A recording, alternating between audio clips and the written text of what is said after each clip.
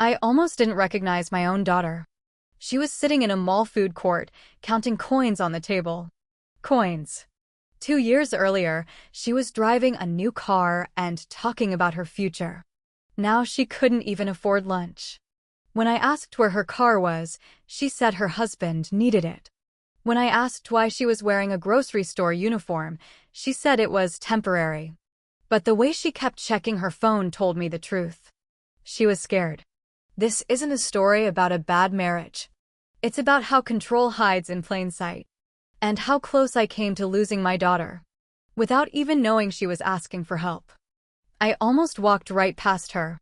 She was sitting alone in the food court of a shopping center in Irvine, California, counting loose coins on the table in front of her. Her sneakers were worn thin. The grocery store uniform she was wearing looked 2 sizes too big, the name tag barely hanging on. It took me a moment to realize. That was my daughter, Lena. Just 2 years earlier, she'd been driving a brand new SUV I helped her buy. She wore tailored clothes, talked excitedly about her career, her future. Now she sat there with her shoulders hunched, eyes fixed on the table, like she was trying not to be seen. I walked up slowly. "Lena," I said. She looked up, and my heart dropped. Dark circles framed her eyes. Her face was thinner. There was a flash of fear before she forced a smile. "Mom." "Hi. What are you doing here?" I asked gently. "And where's Noah?" My 5-year-old grandson should have been with her.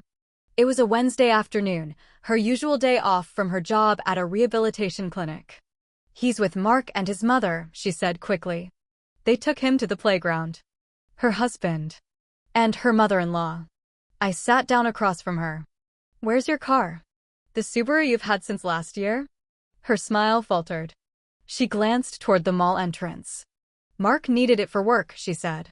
"His truck's been acting up." "For how long?" "A while." She tried to laugh. "I've been taking the bus." "It's fine." It wasn't fine. I really looked at her then, the weight she'd lost, the way the uniform hung off her frame, how she kept checking her phone like she was waiting for something. Or someone. I reached across the table and took her hand. It was ice cold, even in the warm afternoon air. "Lena," I said quietly. "What's going on?" She pulled her hand back. "Nothing," she said too fast. "Everything's okay. I just need to leave soon. I have to catch the 3:40 bus." She stood abruptly. "I'll drive you home," I said, standing too. "No," the word came out sharp, almost panicked. Then softer. "No, Mom. Please. The bus is fine." We stood there in the middle of the food court, surrounded by families laughing, children running past, the smell of fried food and coffee in the air. And my daughter looked at me with eyes that were begging me not to ask any more questions. But I had been an attorney for over 30 years before I retired. I knew what fear looked like. And my daughter was terrified. I watched her walk away. Not far, just to the bus stop outside the mall, but every step felt heavier than the last. She didn't turn around. She didn't wave. She just kept her head down, one hand wrapped tightly around her bag like it was the only thing she owned. I stood there longer than I should have. That night, I couldn't sleep. I kept replaying everything in my head, the coins on the table, the uniform, the way she flinched when her phone buzzed. None of it matched the life Lena had built for herself. The next morning, I called her. It went straight to voicemail. I tried again in the afternoon. Same result. Finally. That evening, she called back. "Mom," she said quickly. I was busy. "Busy with what?" I asked. "You sounded scared yesterday." She paused. Just long enough for me to notice. "I'm fine," she said. "Mark's just stressed lately. Work stuff." I'd heard that line before. I'd used it myself years ago, back when I still believed stress explained everything. "Are you still working at the clinic?" I asked. "No," she said. "I switched jobs." "To what?" Another pause. "A grocery store. Temporary. Just until things settle." Things. She didn't say what things. Over the next few weeks, I started noticing patterns. She only called when Mark wasn't home. She never answered video calls. If I asked about money, she changed the subject. Once, I casually asked if she and Mark wanted to come over for dinner. Her response was immediate. We can't. Why not? He doesn't like driving at night. Mark had never minded night driving before. Another time, I offered to help with childcare so she could rest. She laughed, but it sounded rehearsed. Oh, his mom's already helping. She prefers it that way. That set off alarms. Lena had always been fiercely independent. She hated relying on anyone, especially her mother-in-law. One afternoon, I stopped by her apartment unannounced. No answer. I waited in my car across the street. 30 minutes later, Mark's truck pulled in. Lena got out of the passenger seat. She was carrying grocery bags, her head lowered as he walked several steps ahead of her. He didn't open the door for her. He didn't look back. As she fumbled with her keys, he turned suddenly and said something sharp. I couldn't hear the words, but I saw her shoulders tense, the way she nodded too quickly. That was when I stopped doubting myself. This wasn't stress. This wasn't bad luck. This was control. And my daughter was shrinking inside it. I drove home shaking, already knowing one thing for certain. Whatever was happening behind that door, Lena wasn't safe. I knew I couldn't confront Mark directly.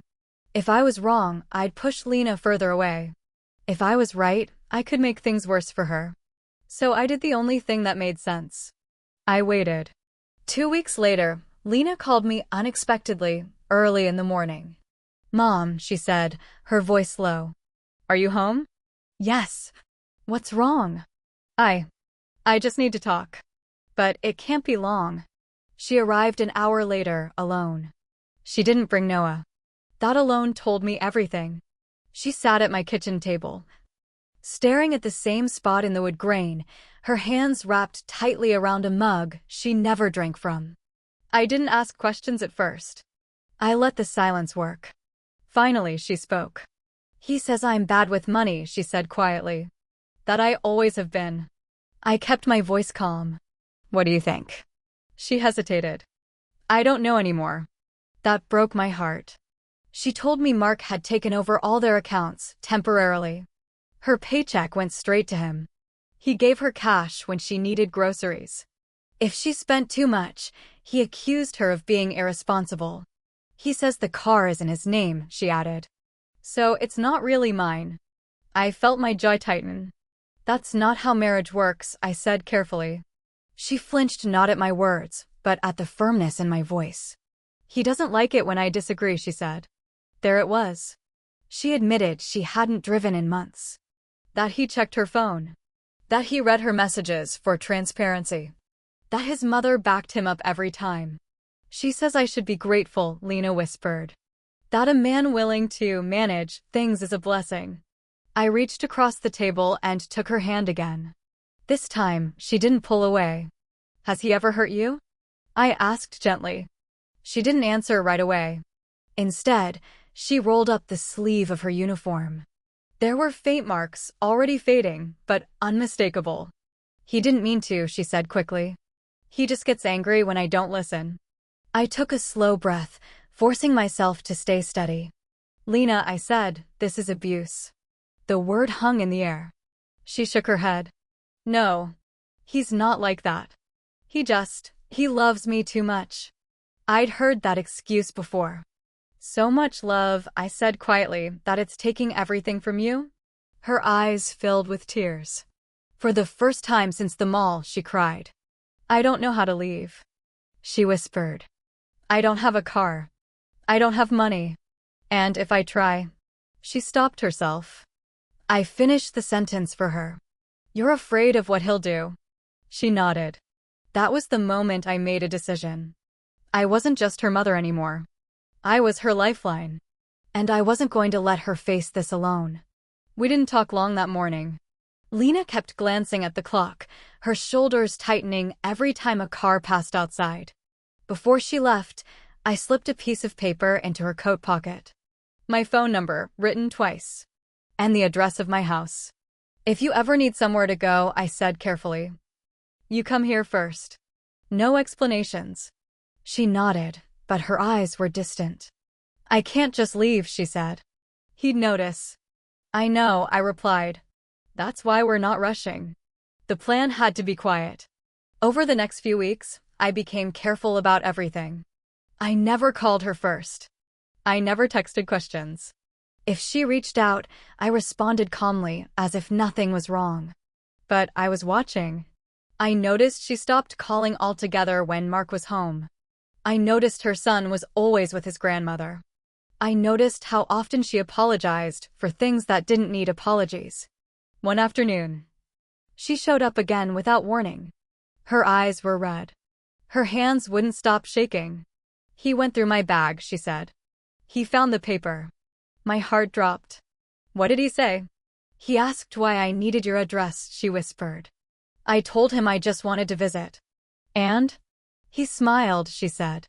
That scared me more than if he'd yelled. That night, I barely slept. The next day, Lena called me from a blocked number. He knows something's wrong, she said. He keeps asking where I go, who I talk to. He says I'm acting distant. I told her to listen carefully. Don't argue. Don't explain. Just stay calm. I hated myself for saying it, but keeping her safe meant buying time. Then came the call that changed everything. It was late. Past midnight.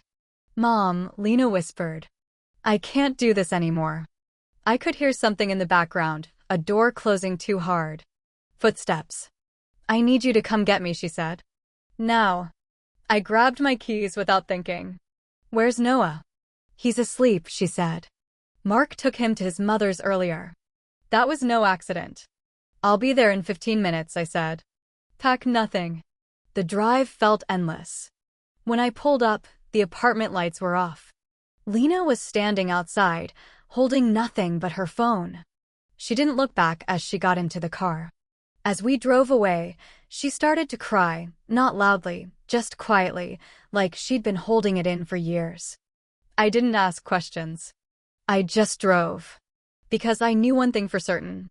If we'd waited any longer, she wouldn't have been able to leave at all. Lena stayed with me that night. She barely slept. Every sound outside made her sit up. At dawn, she finally drifted off on the couch, her phone clutched in her hand like a lifeline. By mid-morning, it started. Calls. Messages. Voicemails. Mark's name filled her screen. At first, his tone was calm. Where are you? You forgot your things. You're scaring our son. Then it shifted. You have no right to take off like this. You're embarrassing me. You think your mother can protect you? Lena's hands shook as she handed me the phone. I listened to one voicemail. His voice was low, controlled, almost polite. That was the part that frightened me most. I just want my family back, he said. Tell her to come home. I deleted the rest. By noon, his mother called. She left a message accusing Lena of being unstable, ungrateful, manipulated. She's destroying this family, the woman said. If anything happens, it's on you. I saved that message. That afternoon, I noticed a car parked across the street. Same model as Mark's truck. Same dent on the back bumper. It didn't move. I closed the curtains and locked every door. When Lena realized what I was doing, she started to panic. He found us, she whispered. I knew this would happen. I took her face in my hands. No, I said firmly. This is why we planned. I called a legal aid office I'd already researched. I contacted a domestic violence advocate.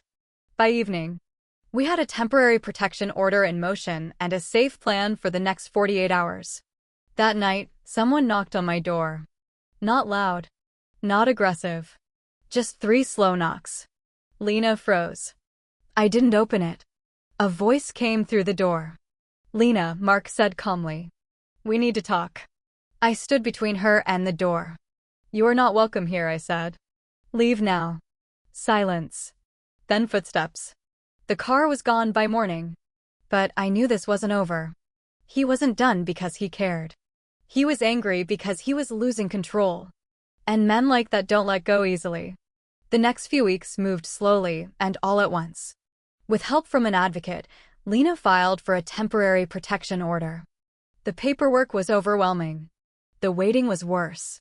But each step forward, no matter how small, put distance between her and the life she'd been trapped in. Mark didn't stop trying right away. There were more messages. More claims. He said she was overreacting. That she'd been influenced. That she was hurting their son. But something had changed. Lena didn't respond. She focused on Noah. When he came to stay with us, he clung to her at first, confused by the change, unsettled by the silence. Slowly, the tension left his shoulders. He slept through the night. He laughed more easily. He stopped asking where his father was. That told us everything. The court process took time. There were hearings, statements, uncomfortable questions. Lena's hands shook the first time she spoke in front of a judge, but she spoke anyway. She told the truth. And that was enough. Months later, she moved into a small apartment of her own. It wasn't fancy. The furniture was mismatched. The walls were bare. But the windows let in light, and the doors locked from the inside. She found work again, part-time at first, then full-time. She opened her own bank account. She drove again. Each ordinary action felt like a quiet victory. One evening, while we were folding laundry together, she looked at me and said something I'll never forget. "I didn't realize how small my world had become," she said. "I thought that was just adulthood." I hugged her and held on longer than usual. Years have passed since then. Lena is stronger now, not because the past disappeared, but because it no longer controls her. Noah is growing up in a home where fear isn't the background noise of every day. As for me, I still think about that moment in the mall. If I hadn't stopped. If I hadn't asked. If I'd believed her first answer. I tell this story because control doesn't always look like violence at first. Sometimes it looks like help. Like concern. Like love with conditions. And sometimes, all it takes to save someone is noticing they're counting coins when they used to carry keys. If you're watching this and something feels familiar, please hear this. You don't need permission to leave. You don't need to prove your fear. And you are never wrong for choosing safety. My daughter did. And it changed everything.